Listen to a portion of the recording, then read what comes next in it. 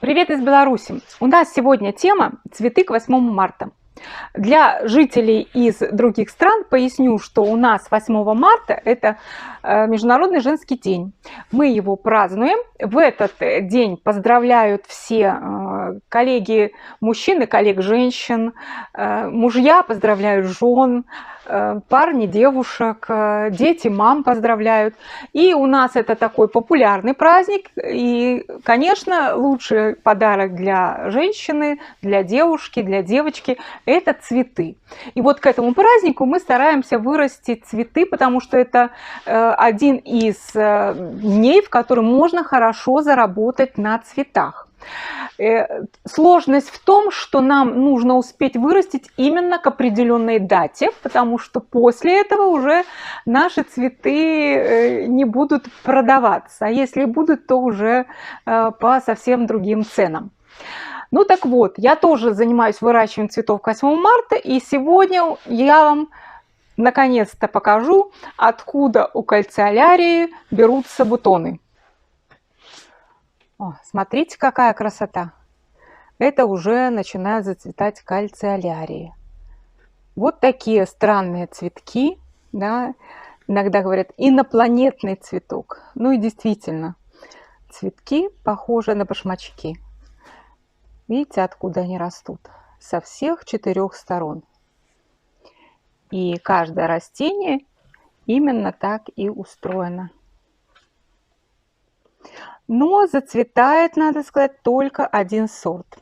Это сортосерия Dainity и сорт Бронз.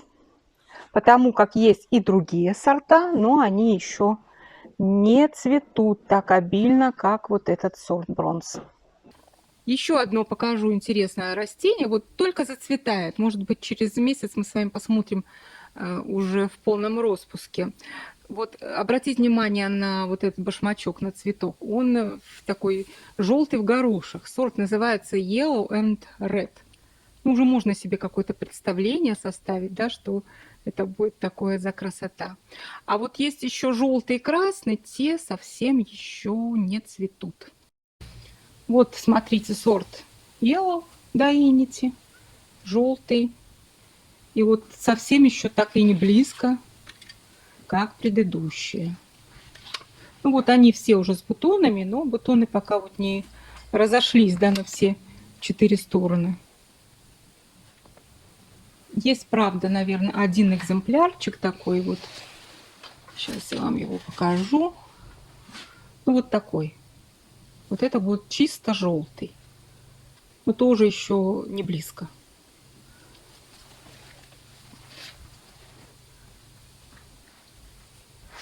Ну, в принципе, растение выглядит неплохо, правда? Ну, себя не похвалишь, никто не похвалит. Но я считаю, что для первого раза, для первого выращивания, вполне себе такие симпатичные кустики получаются.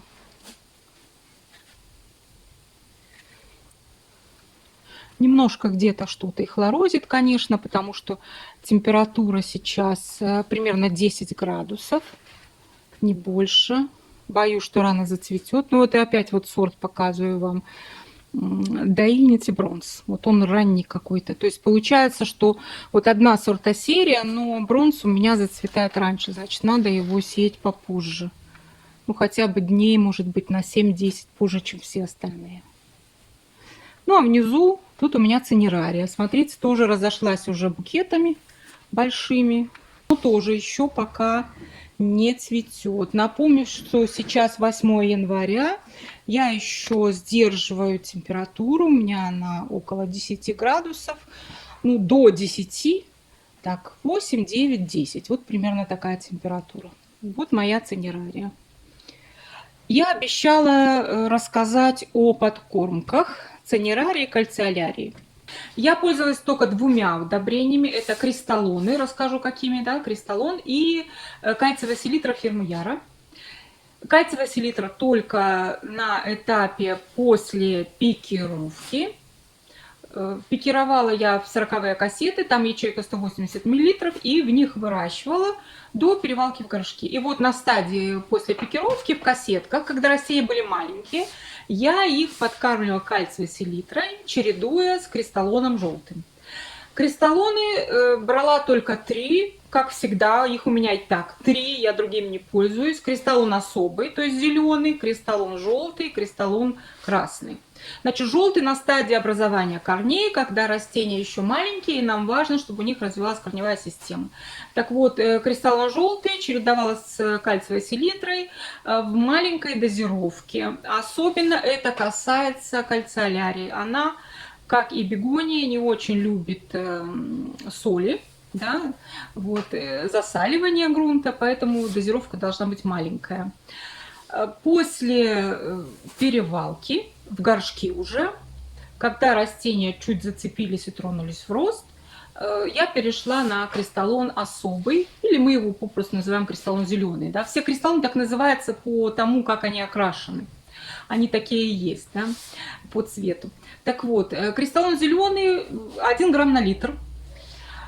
Потом уже в период, когда начали образовываться бутоны, то есть не у первых растений, а когда стала уже такая массовая бутонизация идти, я перешла на кристаллон красный. Но поскольку растения уже развивают хорошо корневую систему и поливы стали более частыми, то есть если раньше я поливала, допустим, кальциолярию раз в месяц, а цинерарию примерно раз в неделю, это ноябрь и декабрь, то сейчас уже, вот конец декабря-январь, поливы идут чаще. Это может быть раз в 5-7 дней. Поэтому дозировка удобрения у меня теперь половинка, то есть 0,5 грамма на литр, чтобы тоже не перекормить. Если же вы не выращиваете растения на продажу, а являетесь любителем и зашли поэтому на мой канал, то я вам вот эти удобрения кристаллон рекомендую использовать для своих растений.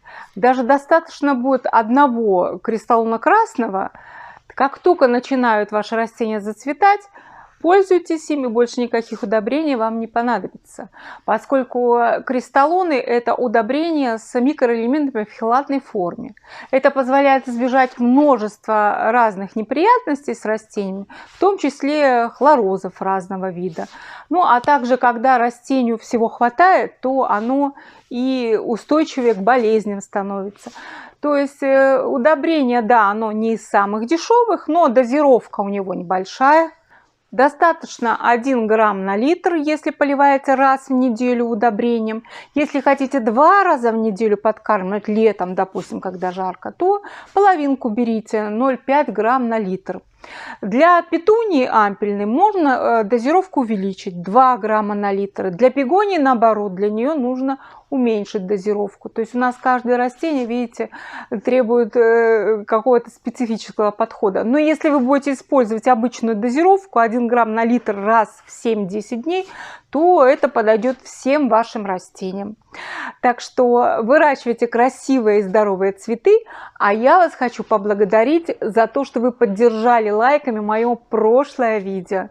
Хотя я работаю бесплатно за ваши лайки, но благодаря именно вам это видео набрало много просмотров, YouTube стал его рекомендовать большему количеству пользователей, и у меня и подписчиков тоже прибавилось. То есть вот так мы с вами можем управлять YouTube. И он так и продвигает видео, когда во время его ставится много лайков и идет много подписок. Так что я вас благодарю за то, что вы меня поддерживаете. Ну а у меня на сегодня все. Пора прощаться. До свидания. Надеюсь, до скорого.